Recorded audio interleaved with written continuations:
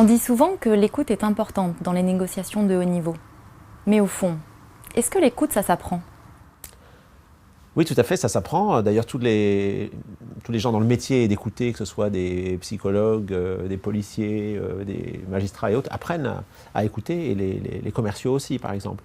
Alors, qu'est-ce qu'on apprend quand on veut vraiment être un expert de l'écoute ? D'abord, il faut, pour pouvoir écouter, que la personne accepte de vous parler. Donc, il faut créer de la confiance. Et au fond, pour créer de la confiance, il y a 3 choses à faire. La première, c'est d'essayer de ressembler un peu plus à votre interlocuteur. Toutes les études montrent, en fait, qu'on se livre plus facilement à quelqu'un qui nous ressemble. Alors, par exemple, quelqu'un qui parle vite, il faut essayer de parler un peu plus vite qu'on le ferait d'habitude. Quelqu'un qui parle lentement, parler un peu plus lentement. Quelqu'un qui a un style très formel, il faut essayer de faire un petit effort pour rentrer dans ce style-là et vice-versa.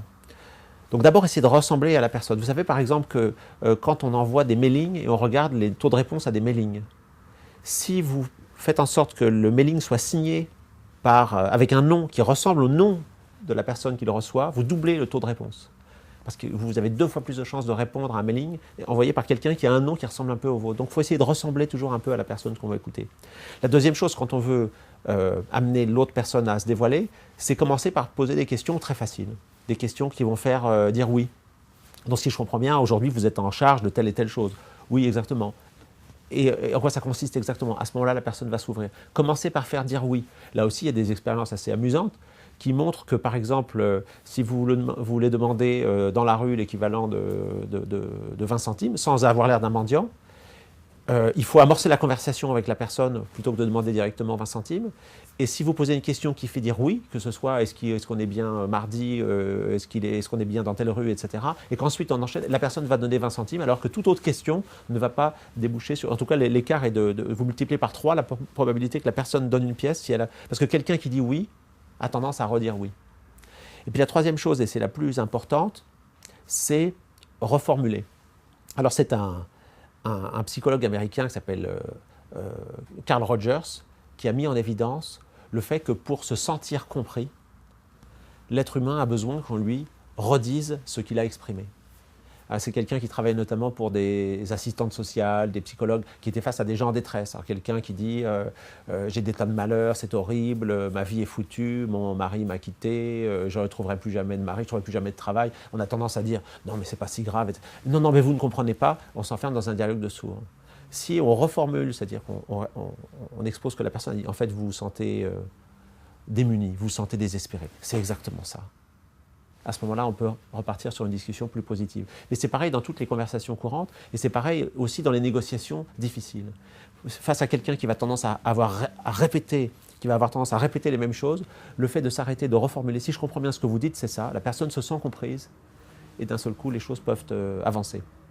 Alors ça, c'est, on va dire, pour créer la confiance, pour que la personne accepte de vous parler. Ensuite, comment vous faites pour approfondir le dialogue ? Là aussi, je crois qu'il y a 3 clés. La première, c'est qu'il faut poser des questions qui donnent à votre interlocuteur la liberté de s'exprimer, donc des questions ouvertes. Parfois, on a tendance à faire les questions et les réponses. Au fond, ce que vous souhaitez, c'est surtout une solution pratique. Alors, on fait la question, qu'est-ce que vous souhaitez ? Et la réponse, la solution pratique. Oui, oui, la personne va vous dire oui sans forcément beaucoup développer. Si vous demandez à votre interlocuteur, mais qu'est-ce qui est important pour vous ? Ça, c'est une question ouverte. Qu'est-ce que vous ne voulez surtout pas ? Ça, c'est une question ouverte. Donc, les questions ouvertes vont vraiment inciter votre interlocuteur à parler. La deuxième chose, c'est de rebondir, de poser des questions d'approfondissement, de faire écho. Les personnes disent, vous savez, pour moi, c'est une situation délicate. Et la personne, à ce moment-là, va se livrer davantage. Et puis, la troisième clé, c'est le silence.